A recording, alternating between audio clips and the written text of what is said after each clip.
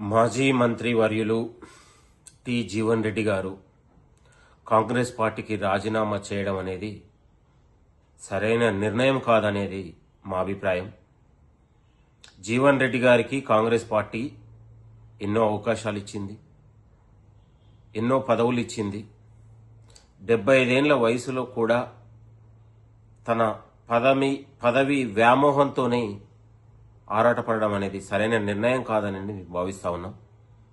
Congress party కోసం 10 ఏళ్లుగా అనేక మంది కార్యకర్తలు, మాలాంటి వాళ్ళం యూనివర్సిటీలలో అనేక పోరాటాలు, నిర్బంధాలు, జైలు జీవితాలు గడిపి నేటికి కూడా మాకు రాజకీయ పదవులు రాకున్నా కూడా పార్టీ కోసం, పార్టీ యొక్క అభివృద్ధి కోసం నిరంతరం మేము పనిచేస్తూ ఉన్నాం.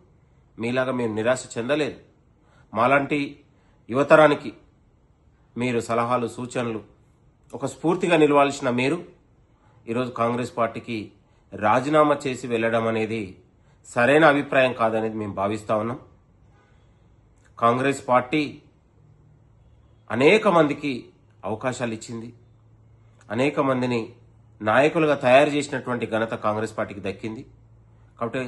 కాబట్టి జీవన్ రెడ్డి గారిని చివరి క్షణం వరకు కాపాడుకోవడానికి కాంగ్రెస్ పార్టీ పెద్దలు, పిసిసి చీఫ్, ఏఐసిసి పెద్దలు, మంత్రులు కూడా తన గౌరవానికి భంగం కలగకుండా అన్ని విధాలా కాపాడుకోవడానికి చివరి క్షణం వరకు ప్రయత్నం చేసినా కూడా జీవన్ రెడ్డి గారు తన ఏక నిర్ణయంతో పార్టీని విడిచి వెళ్ళడం అనేది సరైన నిర్ణయం కాదు.